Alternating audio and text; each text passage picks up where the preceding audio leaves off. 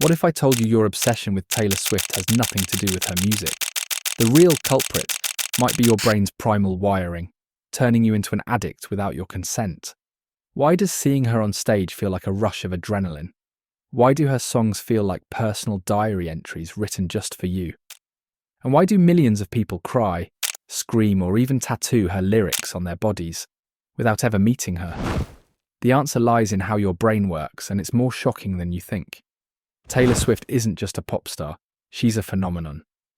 From stadium tours that sell out in seconds to fans who camp overnight for a glimpse of her, the devotion of the Swifties is unparalleled.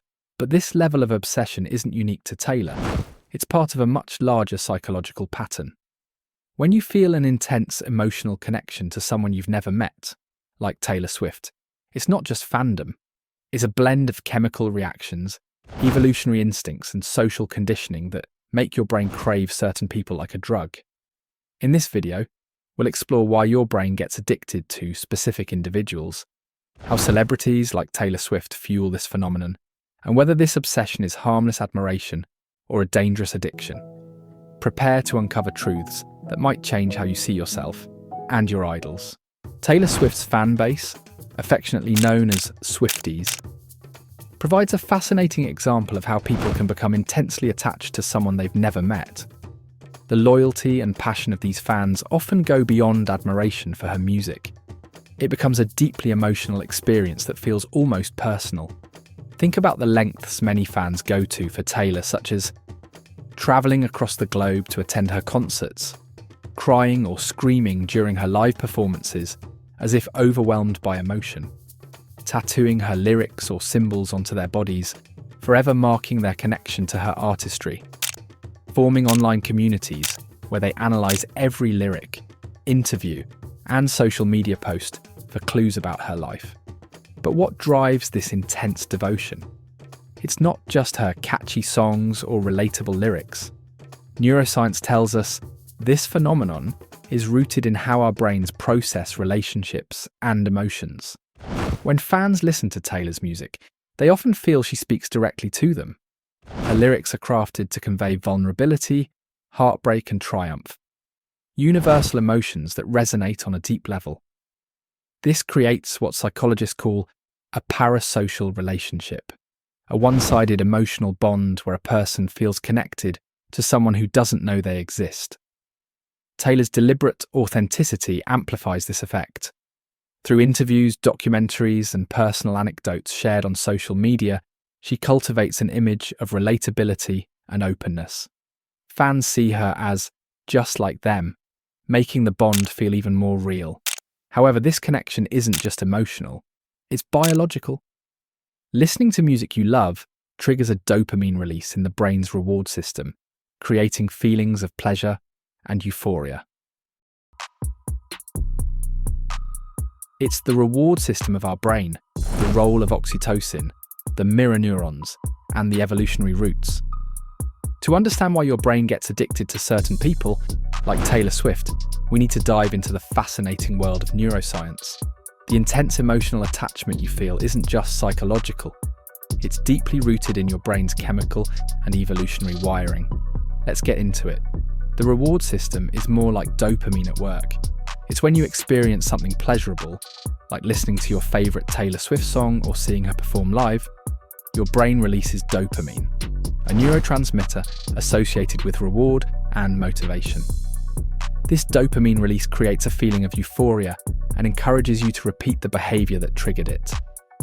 For Taylor Swift fans, her music often becomes a reliable source of this reward. When she drops a new album or goes on tour, the anticipation alone can activate the brain's reward system.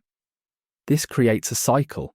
The more you engage with her work, the more your brain associates her with pleasure, and the stronger the craving to engage becomes. What about the role of oxytocin? Oxytocin, sometimes called the love hormone, is released during moments of connection and trust. While this is typically associated with close personal relationships, it can also be triggered by parasocial relationships.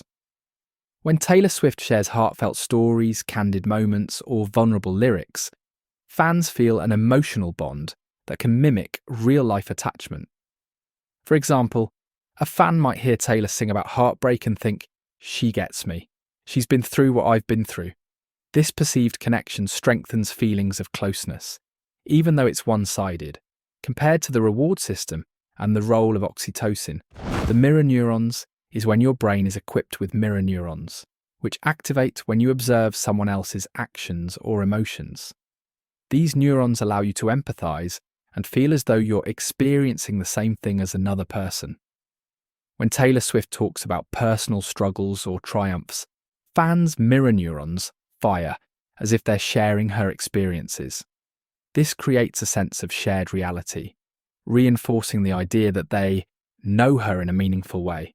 Last but not least, evolutionary roots.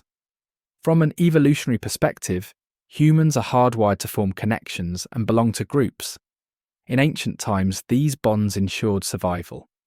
Today, that same instinct drives people to seek connection, even with individuals they've never met. Being part of Taylor Swift's fan base offers a sense of belonging. Fans often feel like they're part of a community, one that shares their values, emotions, and experiences. This communal aspect can amplify the intensity of their bond with Taylor, as their brain equates this group identity with safety and acceptance.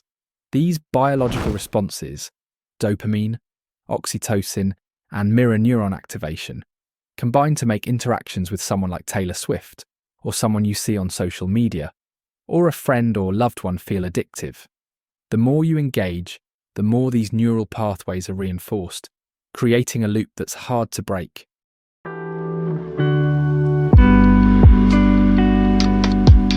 Understanding why your brain becomes so attached to people like Taylor Swift is the first step in managing this connection healthily. The key isn't to abandon fandom or admiration entirely, it's to cultivate balance and ensure that the relationship remains a source of joy rather than a source of stress or dependency.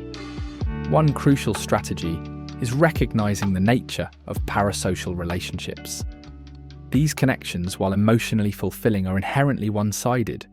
Taylor Swift's music, persona, and public engagement are designed to resonate with a broad audience, but they don't replace real-world relationships.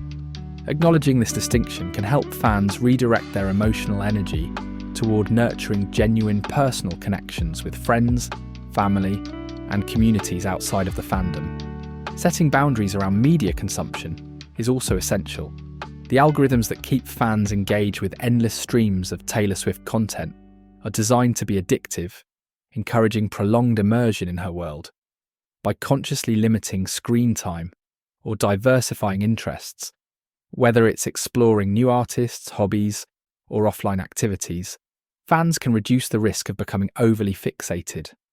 Another important approach is to practice gratitude and reflection. Taylor Swift's music and persona resonate because they touch on universal themes of heartbreak, resilience, and self-discovery. Instead of focusing on her as an individual, fans can use her work as a starting point for their own growth. For example, a fan inspired by her lyrics about overcoming challenges might channel that energy into personal goals, creative projects, or meaningful self-improvement. It's also worth exploring the community aspect of fandom more critically. While being part of the Swiftie community can provide a sense of belonging, it's important to evaluate whether the group dynamic enhances or detracts from individual well-being. Engaging in fan discussions should feel uplifting, not draining or polarizing. Fans should feel free to step away from heated debates or overly competitive behavior without fearing judgment. Lastly, it's important to embrace a broader sense of self. While Taylor Swift's artistry may hold significant personal meaning, fans should avoid letting their identity become entirely tied to their admiration for her. By developing a rich and multifaceted sense of self, one that includes a variety of interests, values, and goals, they can ensure that their connection to Taylor remains a positive and enriching part of their lives, rather than their entire focus.